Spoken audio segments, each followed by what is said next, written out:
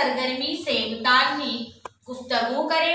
अगर अल्फाज में पहले और तीसरे मुकाम पर अली बढ़ा दिया जाए तो इस लफ्ज की जमा बन सकती है। तो यहाँ पर ये सरगर्मी दी गई, जो अल्फाज दिए गए हैं उन अल्फाज के पहले और तीसरे मुकाम पर हम अगर अलीफ लगाते हैं तो उसकी जमा बनती है। तो यहाँ पर एक मिसाल दिया गया है हमको शेर। अब क्या कहा गया है, पहले मुकाम पर, हम पहले मुकाम पर अलीफ लगाया अ श अ ऐन, और क्या कहा गया है तीसरे मुकाम पर, तो यहाँ पर क्या बना अश आ र, तो यानी शेर की जमा बन गई अश आ।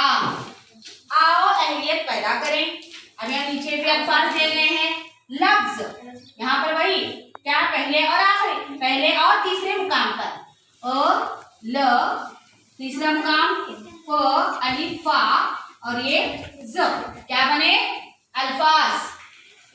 खबर, खबर क्या कहा गया, पहला मुकाम, पहला अ ख और ये तीसरा मुकाम बा।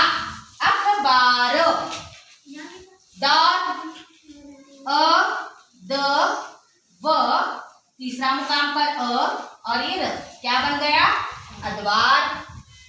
बरक, पहला मुकाम पर अलीफ व र अलीफ और इसके आगे है क।